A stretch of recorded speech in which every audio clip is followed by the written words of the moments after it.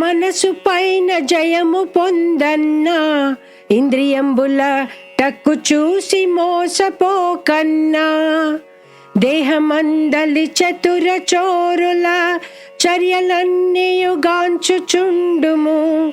బుద్ధి కుశలత గలిగి నేర్పుతో వారినెల్లను తరిమి వైచుము. తత్వసారము తెలిసి కోరన్నా. మన మనసు మనకు ఎంత పెద్ద శక్తి అనేది తెలుసుకోవాలి. ఇది జయిస్తే మనం జీవితంలో నిజమైన సాధన అందుకోగలుగుతాము. కానీ మనస్సు సాధన చేయడం సులభం కాదు. మనస్సు జయించాలంటే మన ఇంద్రియాలను కట్టడి చేయగలగాలి. ఇంద్రియాల చంచలత్వానికి బలై అవి చూపించే తాత్కాలిక సుఖాలకు మోసపోవడం మన అసలు సత్యానికి దూరం చేస్తుంది. మన శరీరంలో 5 ముఖ్యమైన ఇంద్రియాలు: చెవులు, కళ్ళు, ముక్కు, నాలుక, చర్మం. అన్నీ మాయలో చోరుల్లాంటివి.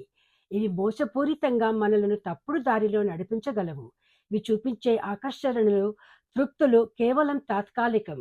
మనం వీటి ప్రభావం నుండి స్వతంత్రంగా ఉండటమే సత్యానికి మార్గం.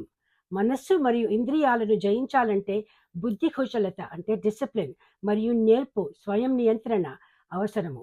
ప్రతి క్షణం అప్రమత్తంగా ఉండి శరీరంలోని చోరులైన ఇంద్రియాల దుష్ప్రవర్తనను గమనిస్తూ బుద్ధి ద్వారా వాటిని నియంత్రించాలి. వారిని తరిమివేసి మన ఆత్మను స్వచ్ఛంగా ఉంచడం మన కర్తవ్యం అవుతుంది. ఈ ప్రయత్నమే మోక్షానికి మార్గం. తత్వసారాన్ని తెలుసుకుంటూ ఈ జ్ఞానంతో జీవితం సాగిస్తే మన ఆత్మ శాంతి పొందుతుంది. నా పేరు డాక్టర్ లలితా పార్థ. మీకు ఈ వీడియో నచ్చితే దయచేసి లైక్, షేర్, సబ్స్క్రైబ్ చేయండి. ధన్యవాదాలు. హరి ఓం తత్సత్.